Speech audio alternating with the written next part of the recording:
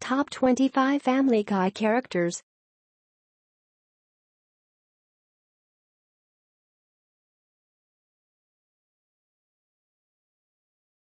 If you are brand new to our channel, we invite you to take a moment to subscribe. Just click on the lit red button as well as the gray bell. Why the bell? Well, it will let you know every time we post a new video. 25. Number 25, Fouad. Oh ho ho ho. Is funny because, well, again, because this character is the product of Family Guy's constant attempt to push the envelope on stereotypes. Since his first appearance in Chicancer, Fouad has consistently showcased his sincere attempts to master the Anglo-Saxon language, much to our cruel enjoyment. He wants to understand our sarcastic ways, so much so that it usually ends with him unintentionally poking fun at himself for trying to get what we're making fun of. But at least he's consistent, laughing out loud at the drop of any sarcastic statement, and then explaining why the joke is a joke at all with his patent-pending oh ho ho ho. Is funny because Fouad is the Pawtucket Brewery's most underrated employee. 24. Number 24, Jake Tucker. Jake Tucker is one of the most visually distinctive characters you'll ever see. This son of esteemed news anchor Tom Tucker was born with a strange birth defect. His face is upside down. We don't know how it happened, but it usually makes for comedy gold. Jake is a cranky and disagreeable boy, which should come as no surprise given his freakish condition.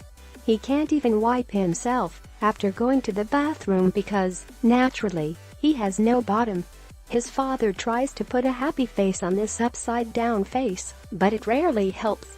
In a town full of sexual deviants, evil monkeys, and giant fighting chickens, Jake is still the odd boy out. Jake deals with life's hardships by acting out. He's something of a bully at Buddy's Cianci Junior High. He even incriminated former classmate Chris Griffin for possession of alcohol. Luckily, Brian turned the tables by planting a bag of marijuana in Jake's locker. Luckily, better things appear to be on the horizon.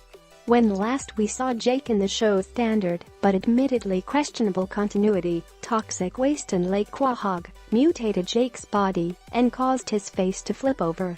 Somehow we doubt that's the end of Jake's troubles, however. Upside down face or not, this little brat is always good for a laugh. 23. Number 23, Jay, the greased-up deaf guy. The name says it all. Obscure character to be sure, GUDG is one of those types of funny that gets funnier every single time you see or think about it, which is something the show does best in small doses. Deaf guy is kept primarily to the periphery, careful not to suck all the air out of what is essentially our one-joke routine. Because of him, our company picnic tried to get a game centered around the chasing and capture of similarly greased-up person. But Bosun, defendant as we must legally call him now, ran off into the forest, shouting, "You're never gonna catch me. You're wasting your time. Forget about it. Go do something else. See you next year," in a high-pitched voice. 22. Number 22, Dr. Elmer Hartman. Whether you're talking Simpsons or Family Guy, it seems like the doctors in animated sitcoms are some of the strangest types ever to hold a medical license. Dr. Hartman is apparently the only doctor in the bustling city of Quahog. Just about everyone goes through his office at one point or another. This can get a little tricky when Hartman sees patients like Carter Pewterschmidt, who shares an almost identical voice. The two characters have even acknowledged the similarity. Dr. Hartman's shtick is just that, his shtick. He constantly pelts his patients with random comments that could easily be construed as signs of medical danger. There's this doesn't look good at all, or that liver's going to have to come out, and even you'll be dead within a week. But all of these ominous declarations have perfectly benign explanations. The first refers to a subpar drawing Hartman's nephew gave him. The liver he mentions is the liver cooking in his microwave. And as for the last one, Hartman is merely concerned with comic strip character Hager the Horrible's hectic life of looting and pillaging. A visit to Hartman's office can be quite the stressful and confusing experience, but there's rarely any cause for alarm. Despite all outward appearances, Hartman is actually a very capable doctor. For one thing, he always manages to repair Peter's broken body after his numerous shenanigans. Dr. Hartman is extremely odd, but not incompetent, and that's why we love him. 21. Number 21, Seamus. There's just something about sailors that always makes for a good laugh. And the older, crustier the sailor is, the funnier he gets. No one is older and crustier than good old Seamus. This sea captain is distinctive in that all four of his limbs has been replaced with wooden pegs.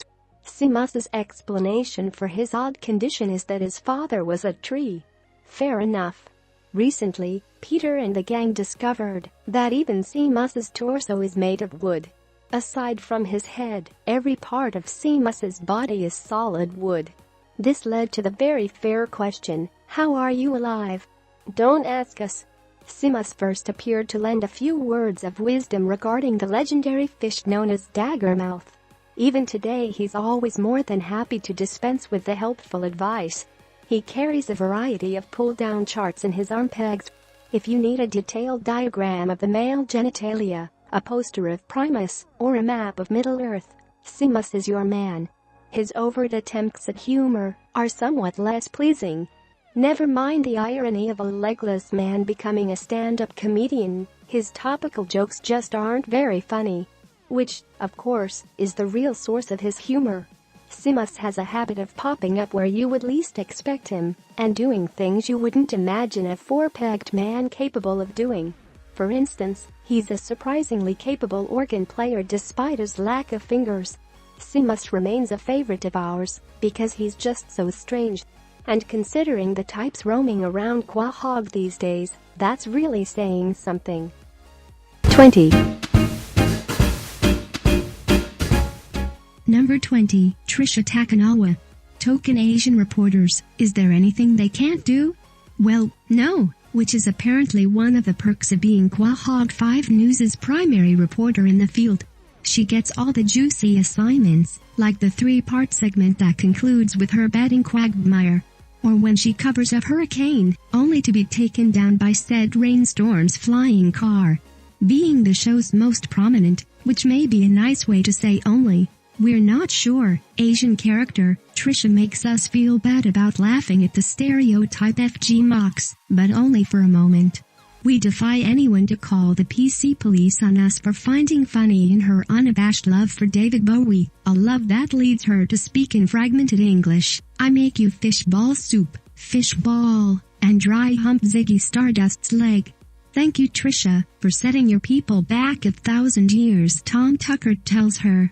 We'll just say, thank you, Trisha, for making us laugh. Yeah.